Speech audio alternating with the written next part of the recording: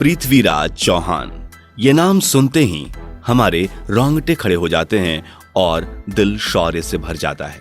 वो आखिरी ऐसे हिंदू शासक थे जिन्होंने इस दुनिया को बताया कि वीरता हमारे रग रग में है। हाल ही में पृथ्वीराज चौहान का नाम लाइमलाइट में आ गया है क्योंकि चाणक्य धारावाहिक को बनाने वाले डॉक्टर चंद्रप्रकाश द्विवेदी सम्राट पृथ्वीराज फिल्म बना चुके हैं और ये फिल्म रिलीज हो चुकी है। इसमें मुख्य भूमिका में अक्षय कुमार और मानसी छिल्लर हैं। अक्षय कुमार पृथ्वीराज तो मानसी छिल्लर संयोगिता का किरदार निभा रही हैं। पिछले कुछ दिनों से फिल्म का प्रमोशन जमकर किया जा रहा है। स्टार कास्ट से लेकर निर्देशक इस फिल्म के प्रमोशन में लगे हुए थे, लेकिन इस फिल्म के बहाने इतिहास और इतिहासकारों पर एक बार फिर से सवाल उठना शुरू हो गया है। कहा जा रहा है कि इतिहास को ईमानदारी से नहीं लिखा गया। ऐसे में सवाल उठता है कि आखिर पृथ्वीराज चौहान की असली कहानी क्या थी? पृथ्वीराज चौहान की किस कहानी को इतिहास ने सही ढंग से बयां नहीं किया? और आज की इस वीडियो में हम इसी पर बात करने वाले हैं। अगर आप पृथ्वीराज चौहान के बारे में सब कुछ जानना चाहते हैं तो आपने सही वीडियो को क्लिक किया है। चलिए हम आपको बताते हैं इनके बारे में, इनकी सच्ची कहानी। बता दें कि पृथ्वीराज चौहान को देश के महान सम्राटों में से एक माना जाता है। कहा जा रहा है कि सम्राट पृथ्वीराज के बारे में भी देश में ज्यादातर लोगों को ठीक से जानकारी नहीं है। उनके बारे में बहुत प्रचारित प्रसारित नहीं किया गया। स्कूल कॉलेजों के पाठ्यक्रम से लेकर हायर एजुकेशन में पृथ्वीराज चौहान समेत कई हिंदुस्तानी सम्राटों और योद्धाओं को मुगलों या आक्रमणकारियों की अपेक्षा कम वैल्यू दी गई। क्या विवाद चल रहा है, पहले उसकी बात करते हैं। इस फिल्म की रिलीज से पहले से ही एक विवाद चला आ रहा है। आपत्ति यह जताई जा रही है कि पृथ्वीराज चौहान के साथ इतिहास लिखने वालों ने न्याय नहीं किया। पुराने इतिहासकारों को भी कटघरे में खड़ा किया जा रहा है कि उन्होंने इतिहास लिखने में ईमानदारी नहीं बरती और आक्रमणकारी मोहम्मद गौरी से युद्ध करने वाले सम्राट पृथ्वीराज को भारतीय इतिहास के खिताबों में हारे हुए राजा की तरह पेश किया गया। देश भर के विभिन्न राज्यों में सरस्वती शिशु विद्या मंदिर नाम से स्कूल चलाने वाली संस्था विद्या भारती से जुड़े एक शिक्षाविद ने बातचीत के दौरान कहा है कि सम्राट पृथ्वीराज चौहान के बारे में लोगों को जितना जानना चाहिए उसका 5% भी नहीं जानते। उन्होंने बताया कि विद्या भारती ने 4वीं कक्षा के इतिहास की किताब में सम्राट पृथ्वीराज चौहान, राजा विक्रमादित्य, महाराणा प्रताप जैसे शूरवीरों को जगह दी है। हालांकि हायर एजुकेशन में भी ऐसी शूरवीरों का इतिहास ढंग से शामिल नहीं किया गया है। आइए बात करते हैं पृथ्वीराज चौहान के जन्म और बचपन की। पृथ्वीराज चौहान के जन्म को लेकर अभी भी इतिहासकारों के अलग अलग मत हैं। पृथ्वीराज महाकाव्य में उनका जन्म 1 जून 1163 को गुजरात राज्य के पाटन पतंग नाम गांव में बताया गया है, जबकि कुछ इतिहासकारों ने उनका जन्म वर्ष 1166 में तो कुछ ने वर्ष 1168 में बताया है। अजमेर के राजा सोमेश्वर चौहान और कुर्प देवी के बेटे पृथ्वीराज बचपन से ही प्रतिभाशाली थे। चौहान वंश में उस समय 6 भाषाएं बोली जाती थी: संस्कृत, प्राकृत, मगधी, पैशाचक, शौर और अपभ्रंश। कहा जाता है कि पृथ्वीराज की पकड़ इन सभी भाषाओं पर थी। पृथ्वीराज ने परंपरागत शिक्षा लेने के अलावा वेदांत, पुराण, इतिहास, सैन्य विज्ञान, मीमांसा और चिकित्सा की पढ़ाई भी की थी। वे संगीत और चित्रकला में भी पारंगत थे।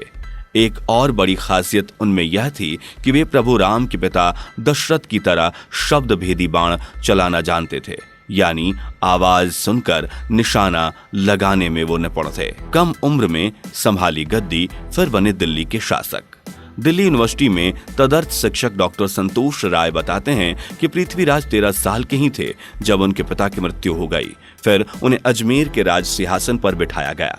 उनके दादा अमंग दिल्ली के शासक हुआ करते थे।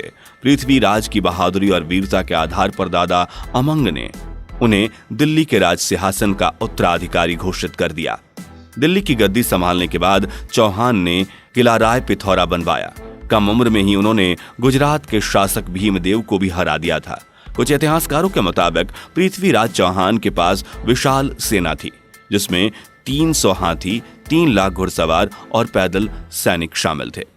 पृथ्वीराज की प्रेम कहानी। पृथ्वीराज की प्रेम कहानी में राजा जयचंद की बेटी संयोगिता का जिक्र आता है। उनके मित्र चंदबर दाई रचित पुस्तक पृथ्वीराज रासो के मुताबिक पहली बार 11 वर्ष की उम्र में ही पृथ्वीराज की शादी करा दी गई। उसके बाद 22 साल की उम्र होने तक उनकी कई शादियां हुई। पृथ्वीराज रासो में उनकी 5 रानियों का ही जिक्र है, जामवंती, इक्षिणी, यादवी, शशिव्रता, हंसावती और संयोगिता। संयोगिता कन्नौज के राजा जयचंद की बेटी थी। वही गद्दार जयचंद जिसकी धोखाधड़ी के कारण पृथ्वीराज को हार का मुंह देखना पड़ा। हालांकि पृथ्वीराज रासो के अलावा इतिहास में इसकी ठीक ठाक जानकारी नहीं है। कन्नौज की राजकुमारी संयोगिता और पृथ्वीराज चौहान एक दूसरे को पसंद करते थे। जयचंद ने संयोगिता का स्वयंवर रचाया था, लेकिन पृथ्वीराज चौहान को पसंद नहीं करने के कारण द्वेषवश उनकी एक प्रतिमा द्वारपाल के रूप में लगा दी थी। पृथ्वीराज ने संयोगिता को स्वयंवर से ही उठा लिया और दोनों ने गंधर्व विवाह किया। बाद में जयचंद भी समझ गया कि उनकी बेटी भी पृथ्वीराज को पसंद करती हैं। पृथ्वीराज चौहान की वीर गाथा। कहा जाता है कि पृथ्वीराज चौहान ने 1186 से 1191 के दौरान मोहम्मद गोरी को कई बार धूल चटाई, हालांकि कितनी बार हराया इस बारे में अलग अलग जानकारी दी गई है। NBT गोल्ड पर अपने एक ब्लॉग में गंगाधर ढोलवे लिखते हैं कि हमीर महाकाव्य के अनुसार पृथ्वीराज चौहान ने मोहम्मद गोरी को 7 बार हराया। पृथ्वीराज प्रबंध के अनुसार 8 बार, पृथ्वीराज रासो के अनुसार 21 बार, जबकि प्रबंध चिंतामणि के अनुसार 23 बार हराया।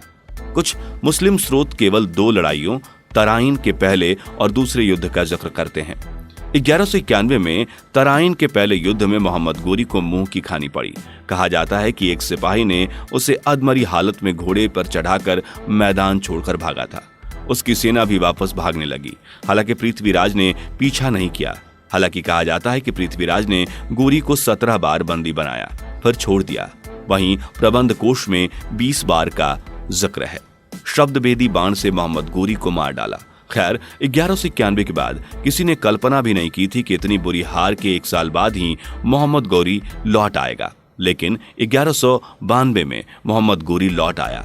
इस बार जयचंद ने गद्दारी दिखाई और गोरी के साथ जा मिला। 18वीं बार हुए इस युद्ध में मोहम्मद गोरी ने पृथ्वीराज चौहान को मात दिया और उन्हें बंदी बनाकर अपने साथ ले गया। पृथ्वीराज चौहान के साथ उनके मित्र चंद्रबरदाई को भी बंदी बना लिया गया। सजा के तौर पर गर्म सलाखों से पृथ्वीराज की आंखें फोड़ दी गईं, लेकिन चौहान ने हिम्मत नहीं हारी। मोहम्मद गोरी को पृथ्वीराज चौहान के शब्दभेदी बाण चलाने वाली कला के बारे में पता चला और आखिरी इच्छा के रूप में चंद्रबरदाई के कहने पर इसके प्रदर्शन की इजाजत दे दी। यहीं पर 4 बांस 24 गज अंगुल अष्ट प्रमाण ताओ पर सुल्तान है मच्चू को चौहान का जिक्र आता है। पृथ्वीराज चौहान के लिए मोहम्मद गोरी की दूरी मापने के लिए चंद्रबरदाई का यह संकेत काफी था। मोहम्मद गोरी ने जैसे ही शाबाश बोला, आवाज सुनकर पृथ्वीराज चौहान ने शब्द भेदी बाण चला डाला और मोहम्मद गोरी की मृत्यु हो गई। हालांकि इसको लेकर इतिहासों में ममांतर है, यानी वो कंफ्यूज हैं। हालांकि मोहम्मद गोरी की मृत्यु की तारीख और सम्राट पृथ्वीराज की मृत्यु की तारीख को लेकर भी इतिहासकारों में मतभेद है। ऐतिहासिक तौर पर बताया जाता है कि मोहम्मद गोरी ने पृथ्वीराज को कैद करने के बाद उनकी हत्या करवा दी थी और इस घटना के 6 वर्ष बाद 1206 ईस्वी में उसकी मृत्यु हुई थी।